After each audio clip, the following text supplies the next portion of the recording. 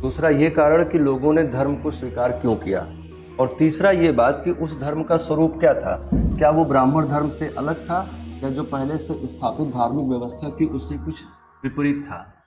ये ईश्वरीकृत है, ईश्वर निर्मित है, इसलिए इसमें कोई भी बदलाव नहीं किया जा सकता। ये सभी लक्षण समाज में 6th सेंचुरी बीसी में हमको दिखाई देते हैं। मतलब 6th सेंचुरी बीसी का जो सोसाइटी है उसमें सारे लक्षण हम लोगों को दिखाई देते हैं। दरअसल दो बातें जो हैं बहुत महत्वपूर्ण है। पहले तो धार्मिक क्रांति का कारण क्या रहा, ये जो है जीएस में भी आ सकता है पेपर 1 में, और हिस्ट्री ऑप्शनल में भी आ सकता है। तो धार्मिक क्रांति के कारण क्या रहे, क्या ऐसा सिचुएशन हुई जिसके कारण से बौद्ध धर्म अस्तित्व में आया। हम अगर धार्मिक क्रांति को कारण ना माने, मान लीजिए ऐसा ही कोई प्रश्न बनता है कि ऐसे कौन से कारण थे जिनके कारण से बौद्ध धर्म अस्तित्व में आया। पहले से चल रहा एक शानदार धर्म था, बहुत लॉजिकल धर्म था, बहुत वैज्ञानिक धर्म था, उसके विरुद्ध ऐसा क्या हुआ कि लोगों ने बौद्ध धर्म को स्वीकार करना शुरू। महात्मा बुद्ध अगर हुए तो ऐसा नहीं कि महात्मा बुद्ध अकेले हुए, उस समय बहुत सारे लोग सन्यासी थे। तो ऐसा महात्मा बुद्ध के धर्म में, महात्मा बुद्ध के उपदेशों में ऐसे क्या तत्व थे जिनके कारण से लोगों ने बहुत तेजी से बौद्ध धर्म को स्वीकार किया। पहले तो हमें इस कारण पे ही विचार करना चाहिए कि महात्मा बुद्ध को उस धर्म के खिलाफ बोलना क्यों पड़ा। दूसरा ये कारण कि लोगों ने धर्म को स्वीकार क्यों किया, और तीसरा ये बात कि उस धर्म का स्वरूप क्या था। क्या वो ब्राह्मण धर्म से अलग था, या जो पहले से स्थापित धार्मिक व्यवस्था थी उससे कुछ विपरीत था। तो इन 3-4 मुद्दों पर अगर हम अपनी समझ बनाना चाहें तो कल वाले लेक्चर को आपको याद करना होगा।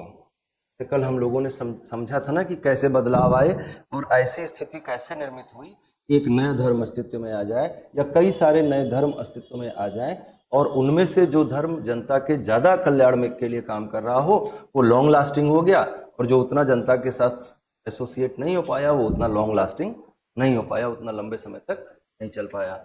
तो कारणों में अगर हम जाएंगे तो अगर हम उसको आंसर राइटिंग की तरह से देखेंगे तो क्या क्या कारण हमारे सामने आते हैं धार्मिक क्रांति के या बौद्ध धर्म के विकसित होने के।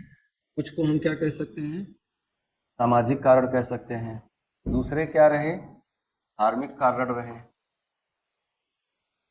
तीसरे को हम क्या कह सकते हैं, आर्थिक कारण रहे। बनाइएगा हमारे साथ। और चौथे को हम क्या कह सकते हैं, राजनैतिक कारण रहे। कल वाले लेक्चर को पूरा ध्यान रखेंगे तो ये एकदम क्लियर कट आपको समझ आ जाएगा, है ना। सामाजिक कारणों में हम किसको माने, सामाजिक कारण कैसे उत्तरदायी रहे नए धर्मों के अस्तित्व में आने के लिए।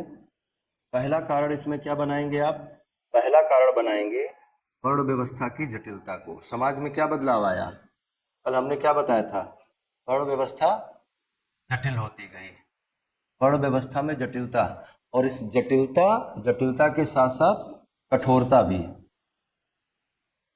और इस जटिलता और कठोरता के कारण से क्या अस्तित्व में आया, समाज में सोपानीकरण हुआ। सोपानीकरण का मतलब कि स्ट्रेटिफाई हुआ सोसाइटी कि ये छोटी जाति है, ये बड़ी जाति है, या ये उच्च वर्ण है या ये निम्न वर्ण है। तो दूसरा स्थिति क्या हुआ, सामाजिक सोपानीकरण हुआ।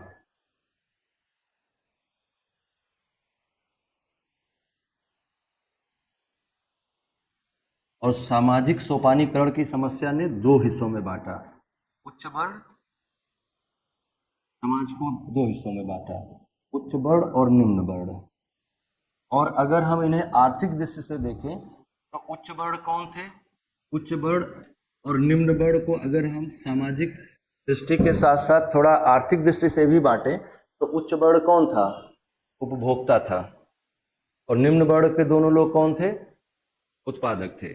इससे निम्न वर्ण में कौन आ रहा था, निम्न वर्ण में आ रहा था शूद्र और वैश्य, और ये दोनों क्या कर रहे थे, उत्पादन प्रक्रिया में लगे हुए, इकोनॉमिक एक्टिविटीज में लगे हुए। और उच्च वर्ण में कौन आ रहा था, ब्राह्मण और क्षत्रिय, और ये ब्राह्मण और क्षत्रिय दोनों मिलकर क्या कर रहे थे, इनके अधिशेष उत्पादन पर नियंत्रण करने का काम। तो ये क्या क्या समूह कहा जाएगा, उपभोक्ता समूह था। जो दोनों निम्न वर्ण के लोग जो भी आर्थिक क्रियाकलाप करते थे, उससे उनका जो सरप्लस होता था, ब्राह्मण उसको दान के रूप में हड़प ले लेता था दान के रूप में, और क्षत्रिय उसको कर के रूप में ले लेता था। तो इस तरह से ब्राह्मण और क्षत्रिय जो है वो उपभोक्ता समुदाय कहे जाने लगे, मतलब समझ में आए, और ये दोनों उत्पादक समुदाय समझ में आए, क्योंकि यही इकोनॉमिक एक्टिविटीज करते थे, प्रोडक्शन करते थे, ये लोग नहीं करते थे। तो इस तरह का बंटवारा क्या करेगा? सामाजिक तनाव निर्मित करेगा। सामाजिक सोपानीकरण ने क्या किया? सामाजिक तनाव निर्मित किया। एक सोशल टेंशन क्रिएट हुआ, जिसमें हर वर्ण अपने आप को ज़्यादा सुपीरियर करने के प्रयास में लगा रहा। जैसे इनमें भी संघर्ष रहा, वैश्यों शूद्रों में भी ऊपर जाने का, और ब्राह्मण क्षत्रियों में भी संघर्ष रहा ऊपर जाने का। तो क्या हुआ कि वर्ण संघर्ष, सामाजिक तनाव निर्मित हुआ, जिसके कारण से वर्णों के मध्य अपनी स्थिति को उचित बनाए रखने के लिए एक संघर्ष की शुरुआत होती। इसी का परिणाम क्या है? इसी का परिणाम है ब्राह्मण क्षत्रिय तनाव, ब्राह्मण क्षत्रिय श्रेष्ठता संघर्ष।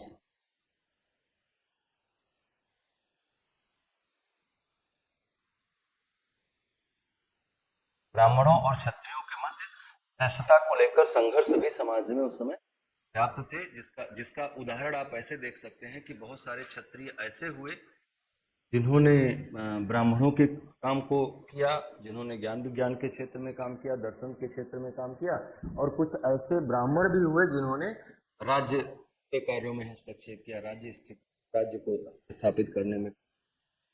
और ये सारी वर्ण व्यवस्था को क्या कहा जा रहा था? ये ईश्वरीकृत है, ईश्वर निर्मित है, इसलिए इसमें कोई भी बदलाव नहीं किया जा सकता, है ना। भगवान ने बनाया इस व्यवस्था को, इसलिए हम इस व्यवस्था में कोई भी बदलाव नहीं कर सकते। सामाजिक स्थिति में, सामाजिक कारकों में एक स्थिति और खराब हुई, वो है स्त्रियों की दशा।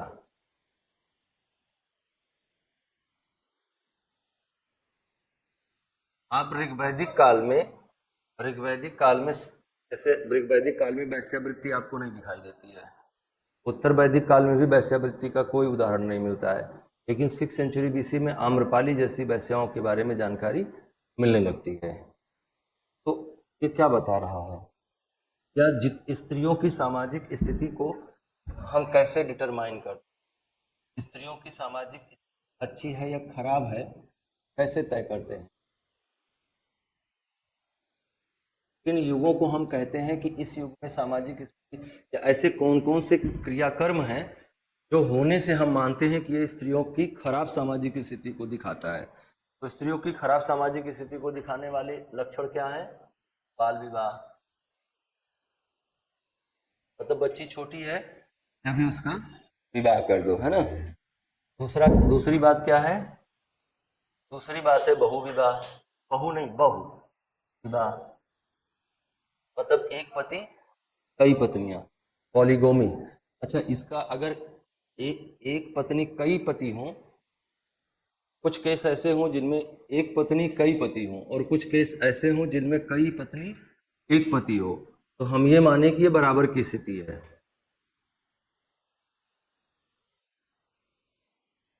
नहीं, वो अब ट्राइबल को छोड़ो, मतलब मैं सोसाइटी की बात करो। तो बाल विवाह होने लगा, बहु विवाह होने लगा, हाँ, वैश्यावृत्ति होने लगी। ये क्या दिखाता है कि महिलाओं के पास जैसे वो पारिवारिक जीवन से अलग होने के बाद उनके पास कोई विकल्प नहीं बचता था, ये इस बात का सूचक है। तो ये सारी चीजें आपको 6th सेंचुरी बीसी में दिखाई देती हैं। जैसे उनको उनकी स्वतंत्रता पर प्रतिबंध है, स्वतंत्रता पर निर्णय लेने की क्षमता, निर्णय की स्वतंत्रता पर रोक, ये सारी जो स्थितियां हैं, ये सारी स्थितियां दिखाती हैं कि स्त्रियों की सामाजिक स्थिति खराब थी, और ये सभी लक्षण स्त्रियों के, ये सभी लक्षण समाज में 6th सेंचुरी बीसी में हमको दिखाई देते हैं। मतलब 6th सेंचुरी बीसी का जो सोसाइटी है उसमें सारे लक्षण हम लोगों को दिखाई देते हैं। तो हम क्या कह सकते हैं कि स्त्रियों की दशा सही नहीं रही। महात्मा बुद्ध ने आम्रपाली को अपनी शिष्या के रूप में स्वीकार किया। आम्रपाली वेश्या थी वैशाली की। तो अगर भगवान बुद्ध ने आम्रपाली को स्वीकार किया तो भगवान बुद्ध को कितनी आलोचना सहनी पड़ी होगी, कितनी गलत सलत बातें कही गई होंगी समाज में, लेकिन भगवान बुद्ध ने फिर भी उसको स्वीकार किया। इसका मतलब ये है कि भगवान बुद्ध स्त्रियों की स्थिति को लेकर कंसर्न थे, और भगवान बुद्ध के धर्म को स्वीकार किए जाने के पीछे यह भी एक कारण था कि स्त्रियों की सामाजिक स्थिति दयनीय थी, शूद्रों की सामाजिक स्थिति दयनीय थी। इसलिए तेजी से वर्ण ने स्वीकार किया। बौद्ध धर्म को जिस सामाजिक समुदाय ने सबसे तेजी से स्वीकार किया उसमें कौन थे? शूद्र थे। और कारण क्या हो सकता है? क्योंकि शूद्रों की सामाजिक स्थिति उस समाज में बहुत बेहतर नहीं थी। जब भी कोई भी नया धर्म आता है, चाहे वो आप क्रिश्चियनिटी को देख लीजिए, 1813 के बाद भारत में ईसाई धर्म का प्रचार शुरू हुआ, सबसे ज्यादा किस समाज ने उसको स्वीकार किया? शूद्र समुदाय ने, निचले समुदाय ने उसको सबसे ज्यादा स्वीकार किया। तो रीजन क्या होता है कि समाज का सबसे निचला हिस्सा ही दूसरे धर्म की ओर क्यों भागता है? क्योंकि वो जिस व्यवस्था में रह रहा है उसमें उसको निम्न बताया जाता है, तो वो सोचता है कि हम एक ऐसी व्यवस्था में चले जाएं जहां पर ऊंच नीच का भाव नहीं हो। तो ये जो सामाजिक ऊंच नीच था, जो सामाजिक तनाव था, बड़ व्यवस्था की जटिलता कठोरता थी, स्त्रियों की सामाजिक स्थिति थी, इसने ऐसी स्थिति निर्मित करी जिससे हमें किसी नई व्यवस्था की तलाश की आवश्यकता बनी। इनको अकोमोडेट नहीं कर पा रहा था, जो तुम्हारा पुराना धर्म था वो इस पूरी व्यवस्था को अकोमोडेट नहीं कर पा रहा था, इस पूरी व्यवस्था को समायोजित नहीं कर पा रहा था, स्त्रियों को खराब कर दे रहा था, स्त्रियों की स्थिति को खराब कर दे रहा था, वो शूद्रों की स्थिति को खराब कर दे रहा था, वो जो है जटिल वर्ण व्यवस्था के कारण से किसी को एक दूसरे के साथ एकीकृत नहीं होने दे रहा था। तो इस समस्या के कारण से लोगों ने नए धर्म को स्वीकार किया। धार्मिक कारण क्या, इसको नोट कर लिया सारा?